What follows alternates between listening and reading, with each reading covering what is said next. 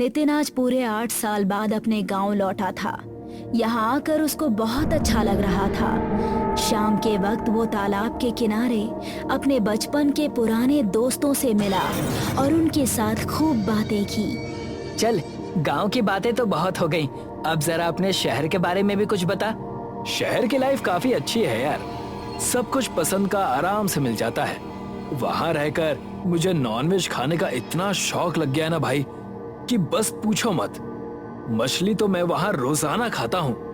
ओह अच्छा, यहाँ तो तू अभी 1 महीने रुकने वाला है ना, तो यहाँ कैसे रहेगा? अरे उसका इंतजाम भी मैं करके आया हूँ। ये कहकर उसने पास ही रखे हुए अपने साथ लाए हुए बास्केट और कांटे की तरफ इशारा किया। अरे वाह, मतलब तूने मछली पकड़ने की सोची है? फिर तो आज मैं भी तेरे साथ तेरे घर चलता हूँ। मेरा भी आज मछली खाने का बहुत मन है।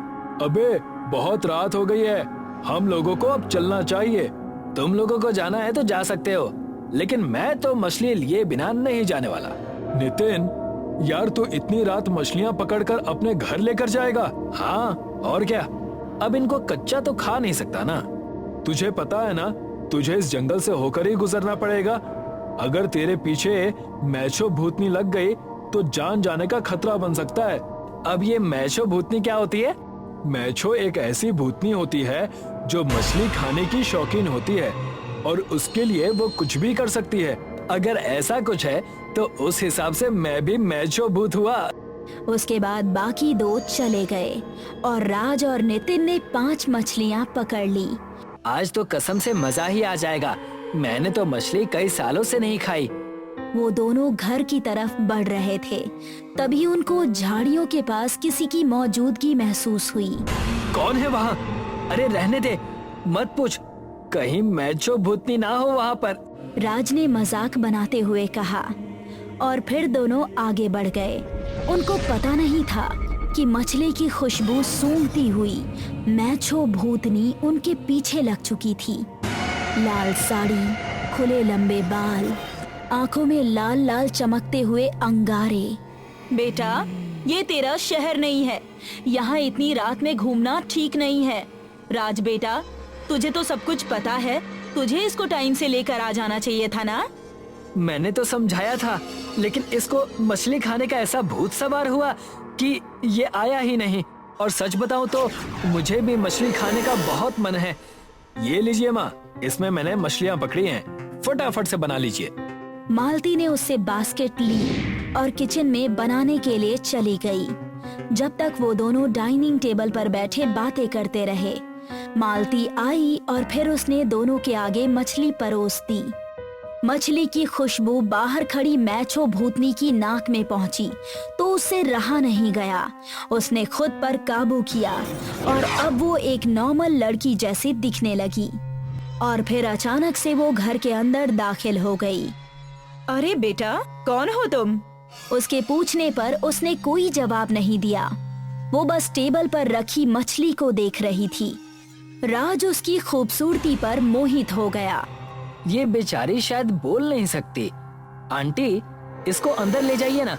जिस तरह से ये खाने को देख रही है, लगता है इसे बहुत भूख लगी है। ये सुनकर मालती को भी ऐसा ही लगा कि ये कोई बेजुबान गरीब लड़की है और उसको उस पर दया आ गई। आ जाओ बेटा, अंदर आओ, तुम भी हमारे साथ खाना खा सकती हो। मालती ने उसको अंदर बुलाकर उसे टेबल पर बिठा दिया और उसके सामने भी मछली परोस दी। प्लेट सामने आते ही वो बड़ी बेसब्री से मछली खाने लगी। तीनों को यही लगा कि ये काफी दिन से भूखी है, शायद इसी वजह से इस तरह खाने पर टूट पड़ी। उसकी आंखें लाल लाल चमकने लगी और सांस भी तेज तेज चल रही थी, लेकिन वो किसी से नजरें नहीं मिला रही थी, इसीलिए उनको इस बात का पता नहीं चला। आंटी जी, रात ज्यादा हो गई है और इसे बोलना भी नहीं आता। आज रात आप इसे भी यहीं रोक लीजिए, मैं सुबह इसे इसके घर छोड़ाऊंगा। राज के कहने पर उन्होंने उसको एक कमरे में रोक दिया, लेकिन मैचो को अभी भी बहुत तेज भूख लग रही थी। बड़ी खूबसूरत लड़की है यार, ये मौका हाथ से जाने नहीं देना चाहिए। राज कमरे से निकलकर उसके कमरे की तरफ बढ़ा। तो वो वहां नहीं थी। फिर उसको किचन के अंदर से कुछ बर्तनों के बजने की आवाज सुनाई दी और वो किचन में चला गया। वो शेल्फ के पास खड़ी हुई कच्ची मछली खा रही थी। राज पीछे खड़ा उसकी चिकनी गोरी कमर को देख रहा था। मेरी जान, लगता है काफी दिनों से भूखी हो। अगर बुरा ना मानो तो मैं तुम्हारे लिए अपने हाथों से और खाना बना दूं। ये सुनने के बाद भी वो बेसब्री के साथ मछली खाए जा रही थी। मछली खत्म करने के बाद उसने कुछ देर तक सांस लिया और फिर एक झटके के साथ पीछे पलटी। राज जमीन पर गिर गया और वो उसकी तरफ गुस्से भरी निगाहों से देखने लगी। उसकी आंखें लाल लाल चमक रही थी।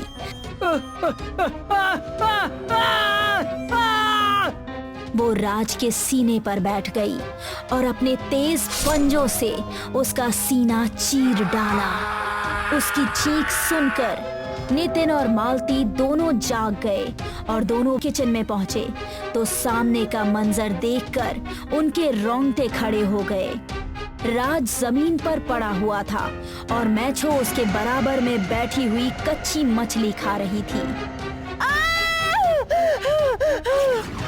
माँ, ये मैचो भूतनी है। इसके बारे में मुझे मेहुल ने बताया था। जल्दी से मेरे साथ चलिए। नितिन मालती को लेकर मेहुल के घर पहुंचा और उसको सब कुछ बता दिया। मैंने तुझे मना किया था, तूने मेरी बात को मजाक समझा था ना? लेकिन अब हम क्या कर सकते हैं? क्या वो हमारा घर छोड़कर नहीं जाने वाली? मैचो भूतनी मछली को बहुत पसंद करती है, इसलिए उसके लिए कुछ भी कर सकती है। लेकिन उसकी एक कमजोरी भी है। पानी उसके लिए अभिशाप है, इसलिए वो खुद तालाब से मछलियां नहीं पकड़ती। इसका मतलब है कि उसको सिर्फ पानी के जरिए ही भगाया जा सकता है। जहां तक मुझे पता है, सिर्फ पानी ही उसका तोड़ है। ये सुनकर दोनों वापस घर की तरफ चले गए। नितिन ने बरामदे में रखी पानी की बाल्टी उठाई और फिर दोनों किचन की तरफ चले गए। मैचो गुस्से से देखने लगी। नितिन ने आगे बढ़कर वो बाल्टी थोड़ा ऊपर उठाया और उसमें पानी देखकर मैचो डर गई। अचानक से हड़बड़ी में नितिन के हाथ से वो बाल्टी छूट गई और पानी जमीन पर बिखर गया। मैचो ने आगे बढ़कर मालती का गला पकड़ लिया। माँ! नितिन ने उसको छुड़ाना चाहा, लेकिन मैचो ने उसके मुंह पर पंजा मारकर उसको दूर फेंक दिया। अगर माँ को बचाना है तो मुझे जल्दी से पानी का इंतजाम करना होगा। उसने बाल्टी उठाई और घर से निकलकर कुएं की तरफ चला गया। और यहाँ मैचो बहुत गुस्से में थी। उसने मालती के चेहरे पर अपने तेज पंजों से हमला कर उसको लहू लुहान कर डाला। मैचो ने उसको गर्दन के बल पकड़ा और हवा में ऊपर उठाया कि तभी रुक जा मैचो! नितिन वहां आ गया और उसने पूरी बाल्टी का पानी एक ही बार में उस पर फेंक दिया। मैचो इस तरह तड़पने लगी जैसे कि उसके ऊपर पानी नहीं बल्कि तेजाब फेंका गया हो। काफी देर तक चीखने चिल्लाने के बाद वो वहां से भाग निकली। नितिन ने अपनी माँ को गले से लगा लिया और फिर सब कुछ शांत हो गया। ये कहानी उरई गांव की है, जहां एक चुड़ैल मछली बेचने शमशान से गांव में आती है। मछली बेचने वाली चुड़ैल गांव वालों से मछली खरीदने की विनती नहीं करती, बल्कि धमकाते हुए मछली बेचती है। मछली ले लो, मछली, कटीली मछली, जहरीली मछली, जो खाए वो पछताए, जो ना खाए पछताए। तुम्हें चुड़ैल की मछली तो लेनी ही पड़ेगी। ले लो, मछली ले लो। ये लोग ऐसे नहीं मानेंगे। चुड़ैल जबरदस्ती कमला के घर पहुंचकर दस्तक देती है। कमला घर का दरवाजा खोलती है और सामने चुड़ैल को देखकर चीख पड़ती है। मैं चुड़ैल मछली वाली मछली बेचने आई हूँ। चुड़ैल, मुझे मछली नहीं खरीदना। कमला, मैं जिस घर में जाती हूँ मछली बेचकर ही आती हूँ। चुड़ैल जी, मैं शाकाहारी हूँ, मछली नहीं खाती। लेकिन मैं तो मांसाहारी हूँ। बताओ कौन सी मछली दूँ? कांटे वाली, जहर वाली? अच्छा, मैं मछली खरीद लूँ तो आप चली जाएंगी ना? हाँ, मैं चली जाऊंगी तुम्हारी जान लिए बगैर। तो ठीक है, 1 किलो मछली दे दो। ये लो कमला बहन, तुम्हारी 1 किलो मछली कांटे वाली। कितने रुपए दूं? रुपए नहीं, मुझे तुम्हारा ककड़ी जैसा हाथ चाहिए। चुड़ैल मछली काटने वाले चाकू से कमला का हाथ काटकर ककड़ी जैसे खाते हुए वहां से चली जाती है। कमला डरकर बेहोश हो जाती है। मेरा आज का कोटा पूरा हो गया। अब बची हुई मछलियां कल बेचूंगी। अब शमशान जाकर आराम करूंगी और उनका पैर बड़ा स्वादिष्ट है। चुड़ैल मछली वाली के आतंक से भयभीत होकर गांव वाले काली मंदिर पहुंचते हैं और माता से अपनी रक्षा करने की विनती करते हैं।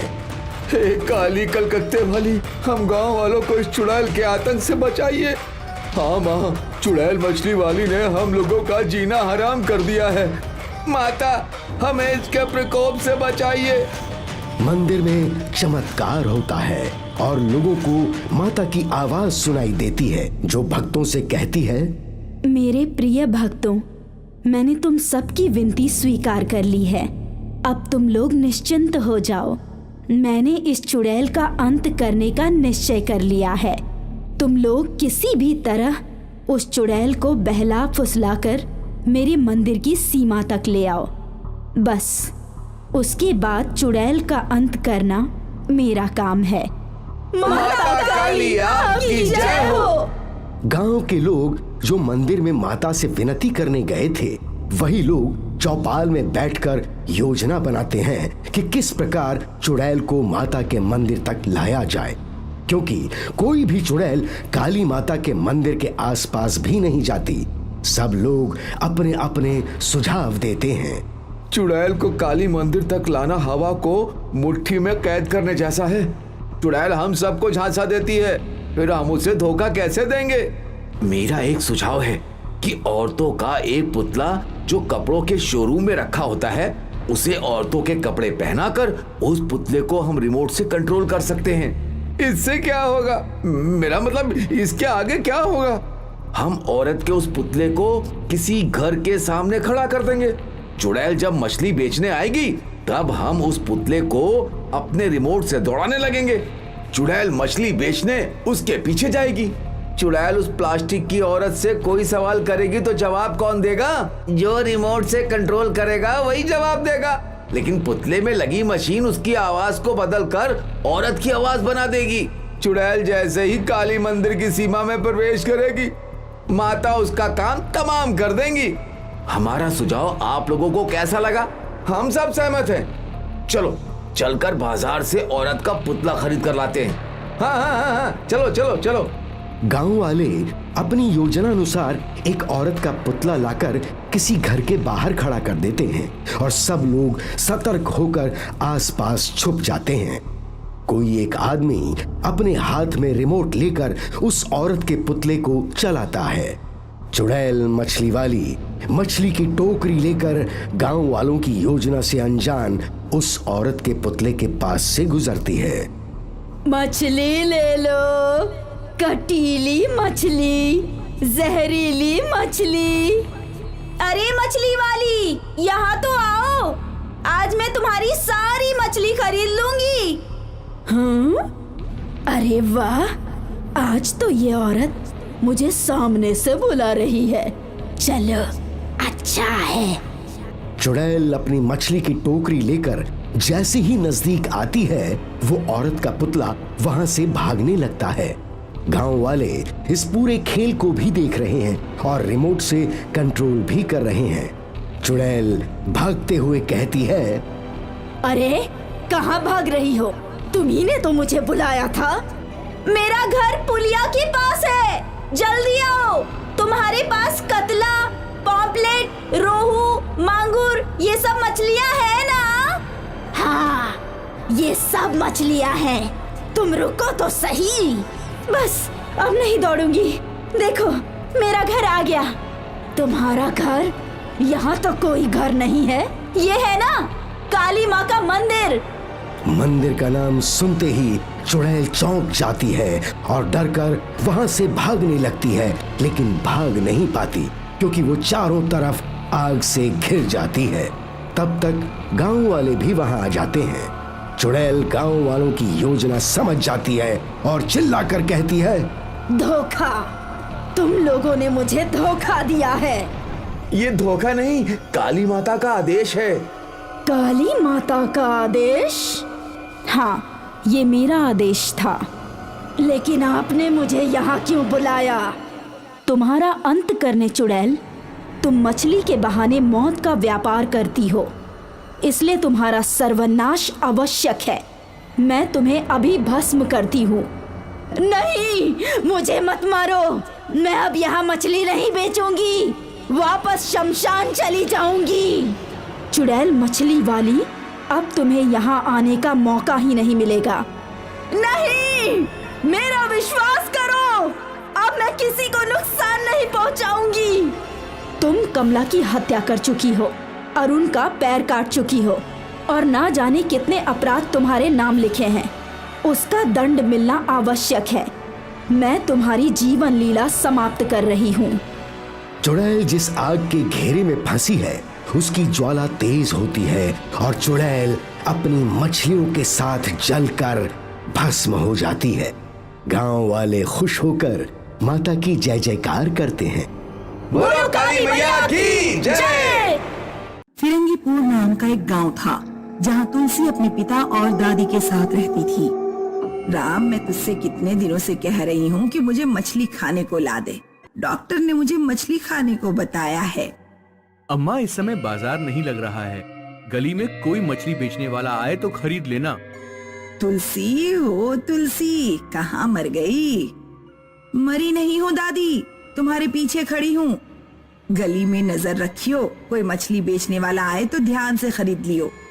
दोपहर के समय एक मछली बेचने वाली गांव में आती है। ताजा मछली ले लो, एक कांटे वाली मछली ले लो। आंटी जी, मछली कितने रुपए किलो दी है? भाव मत पूछो बिटिया, बहुत बढ़िया मछली है, सिर्फ मांस ही मांस, ना कांटा ना खून। ठीक है, 1 किलो मछलियां दे दो। उस रात तुलसी की दादी मछलियां खाकर सो गई। आधी रात को जब पूरे गांव में सन्नाटा था, अचानक तुलसी की दादी उठ गई। दादी घर से निकली और जंगल की तरफ चली गई। सुबह जब तुलसी सोकर उठी तो उसने देखा कि मेन गेट खुला हुआ है। पिताजी और दादी तो सो रहे हैं, तो गेट कैसे खुल गया? उस दिन जब दोपहर में तुलसी ने दादी को खाना दिया तो उसने देखा कि दादी की गर्दन पर दांतों के निशान हैं। दादी, ये आपकी गर्दन पर निशान कैसा?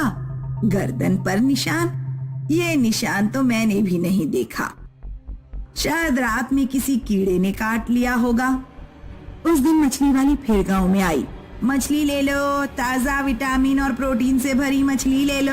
आज तुलसी के पड़ोसी केशव ने भी मछलियाँ खरीदी। आंटी जी, मछलियाँ कितने रुपए किलो हैं?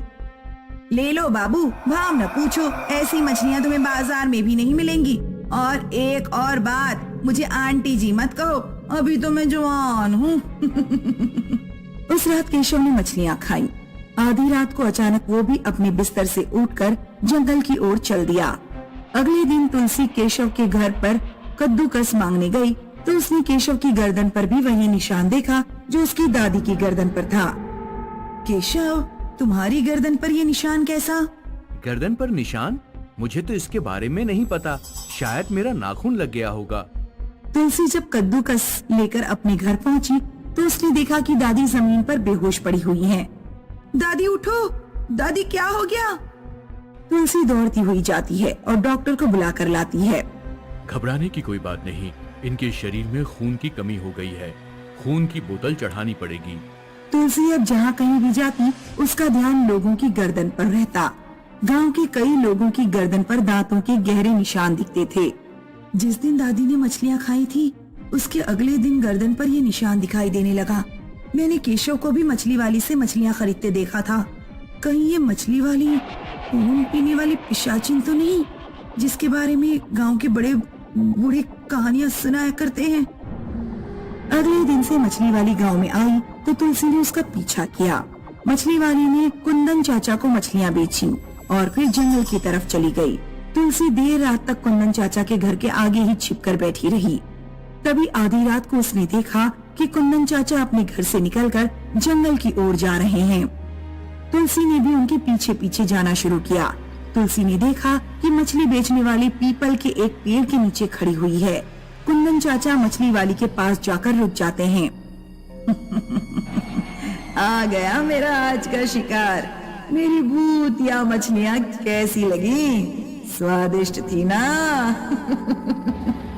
मछली वाली एक भयानक चुड़ैल बन जाती है और कुंदन चाचा की गर्दन में अपने दांत गड़ाकर खून पी लेती है। मेरा शक सही निकला, ये मछली वाली पिशाचिन है और लोगों का खून पीती है। तुलसी गांव की लाइब्रेरी में जाती है और पिशाचिन की किताब ढूंढती है। हनुमान जी का प्रसाद किसी तरह पिशाचिन को खिला दिया जाए तो पिशाचिन मर जाती है। मंगलवार वाले दिन तुलसी ने मंदिर जाकर हनुमान को प्रसाद चढ़ाया और बचा हुआ प्रसाद उसने संभाल कर रख लिया। अगले दिन जब मछली बेचने वाली गांव में आई तो तुलसी ने उससे कहा, आंटी जी आपकी मछलियाँ बहुत स्वादिष्ट थीं। उन्हें खाकर मेरी दादी एकदम से स्वस्थ हो गई हैं। मैं आपको धन्यवाद के रूप में मिठाई खिलाना चाहती हूँ। मैंने पेड़े की मिठाई बनाई है। नहीं, धन्यवाद के लिए मिठाई की कोई जरूरत नहीं। खा लीजिए ना प्लीज, मैंने बहुत प्यार से आपके लिए बनाई है। मेरा दिल टूट जाएगा। अच्छा ठीक है, थोड़ी सी दे दो। तुलसी ने मिठाई में हनुमान का प्रसाद मिला रखा था। जैसे ही मछली वाली ने मिठाई खाई वो अपने असली भूतिया रूप में आ गई और तड़प तड़प कर मर गई। पिशाचिन के मरते ही गांव के लोगों की गर्दन से दांतों के निशान गायब हो गए। मनकापुर नाम का एक गांव था जो मुर्गी पालन के लिए जाना जाता था। गांव में रामपाल नाम का एक अंडे बेचने वाला अपनी पत्नी और बच्चों के साथ रहता था। रामपाल का बहुत बड़ा फार्म था। वो ट्रक में अंडे भरकर दुकानदारों के पास ले जाता था और उन्हें थोक के भाव में बेचता था। लो श्यामदास, 1000 रुपए हो गए तुम्हारे। रामपाल, बच्चे कैसे हैं तुम्हारे? मैंने सुना है कि तुम अपने बच्चों को कहीं से चुरा कर लाए थे। बच्चे मैंने चुराए नहीं थे, मुझे मिले थे। और तुम्हें मेरे बच्चों से क्या लेना देना? पैसे दो, मैं लेट हो रहा हूँ। रामपाल जब घर पहुंचा तो उसका बेटा अर्जुन रामपाल से बोला, पापा आज अंडे कितने रुपए में बिके? आज पूरे 5000 के अंडे बिके हैं बेटा। पिताजी मेरे लिए इस बार एक मोटरसाइकिल खरीद कर दे दीजिए। पापा अर्जुन को अगर मोटरसाइकिल दिला रहे हो तो मुझे भी एक स्कूटी दिला दो ना। अच्छा ठीक है, तुम दोनों को दिलवा दूंगा। कल मैं राकेश के पास जाता हूँ, वो मोटरसाइकिल एजेंसी में काम करता है। रामपाल अगले दिन जब जंगल के रास्ते राकेश के घर जा रहा था तो रास्ते में उसे कुछ अंडे पड़े हुए मिले। अरे ये अंडे रास्ते में कहाँ से आ गए? रामपाल एक अंडा उठाता है लेकिन अंडा छूटकर धरती पर गिरता है और फूट जाता है। अंडे से जहरीला धुआं निकलता है और रामपाल के चारों तरफ फैल जाता है। एक प्रेग्नेंट चुड़ैल रोते हुए वहाँ आती है और रामपाल को कोड़े मारने लगती है।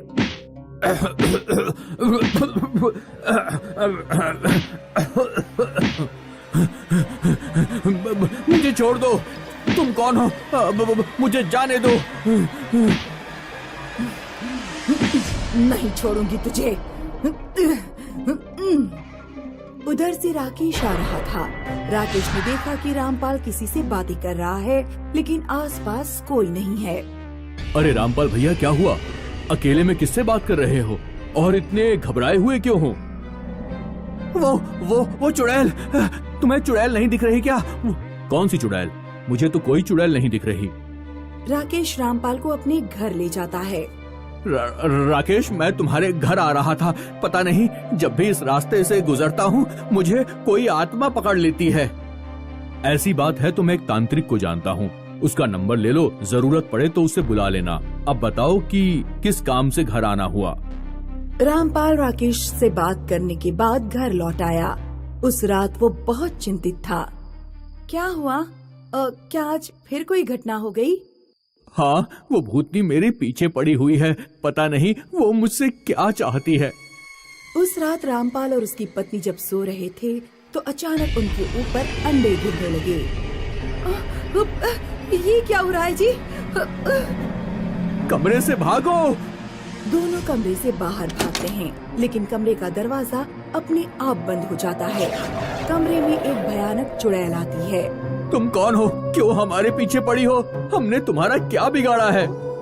तुमने मेरा सब कुछ छीन लिया 16 साल पहले। अचानक अर्जुन और पूजा दरवाजा खोल देते हैं। क्या हुआ माँ और पिताजी? कमरे में इतने सारे अंडे किसने फैला दिए और आप लोग इतने डरे हुए क्यों हैं? कुछ नहीं हुआ बच्चों, तुम लोग जाकर सो जाओ। अर्जुन और पूजा जाकर सो गए, लेकिन रामपाल और उसकी पत्नी को पूरी रात नींद नहीं आई। जब से बच्चे हमारे घर आए हैं तब से वो चुड़ैल हमारे पीछे पड़ी हुई है। आज वो हमें नुकसान पहुंचाना चाहती है। कल ऐसा न हो कि वो हमारे बच्चों को नुकसान पहुंचाए। नहीं, वो हमारे बच्चों को नुकसान नहीं पहुंचाएगी। इतने सालों में कभी भी वो अर्जुन और पूजा को दिखाई ही नहीं दी। उस चुड़ैल का अर्जुन और पूजा से क्या कनेक्शन है? तुम अर्जुन और पूजा को घर लेकर आए और तभी से चुड़ैल हमें परेशान कर रही है। तुम अर्जुन और पूजा को चुड़ैल से मत जोड़ो। चुड़ैल का हमारे बच्चों से कोई लेना देना नहीं है। ये एक संयोग हो सकता है कि जब अर्जुन और पूजा को मैं घर लाया तो चुड़ैल भी पीछे पीछे हमारे घर में आ गई। तभी अचानक घर के अंदर से अर्जुन और पूजा की चीखने की आवाज आती है। मम्मी, पापा, बचाओ! रामपाल और उसकी पत्नी अंदर दौड़ते हैं। जब वे दोनों अर्जुन और पूजा के कमरे में पहुँचे तो उन्होंने देखा कि अर्जुन और पूजा गर्दन तक एक बड़े से अंडे में बंद हैं। माँ, पिताजी, एक चुड़ैल हमारे कमरे में आई थी। उसने ही हमें अंडे में बंद किया है। हमें इन अंडों से बाहर निकालिए। हमारा दम घुट रहा है, हमें बाहर निकालिए। रामपाल हथौड़ी लेकर आता है और हथौड़ी से अंडों को तोड़ता है। तब अर्जुन और पूजा बाहर निकल पाते हैं। लगता है अब उस तांत्रिक को बुलाना ही पड़ेगा। रामपाल तांत्रिक को बुलाता है और अपने घर में हवन करवाता है। ओम ह्रीं क्लीं, ओम ऐं ह्रीं क्लीं चामुंडाय विच्चय, ओम ऐं ह्रीं क्लीं चामुंडाय विच्चय। कौन है तू? सामने आ। ओम ह्रीं क्लीं चामुंडाय विच्चय, ओम ऐं ह्रीं क्लीं चामुंडाय विच्चय। तू सामने आ। क्या बिगाड़ा है रामपाल ने तेरा? क्यों इसे परेशान कर रही है? 16 साल पहले जंगल से इसने मेरे अंडे चुराए थे। ये दोनों बच्चे उन्हीं अंडे में से निकले हुए हैं। दुनिया वालों को ये रामपाल बताता है कि ये बच्चे जंगल में पड़े हुए मिले थे। तुम कहना चाहती हो कि दोनों अंडे तुम्हारे थे? हाँ, वो अंडे मेरे थे। हम चुड़ैल सीधे बच्चों को जन्म नहीं देते, अंडे देते हैं। मुझे अपने बच्चे वापस चाहिए। तुम्हारे दोनों बच्चे यहाँ सुरक्षित हैं। हमने इन्हें बड़ा किया, हम इन्हें प्यार करते हैं। इन्हें हमसे मत छीनो।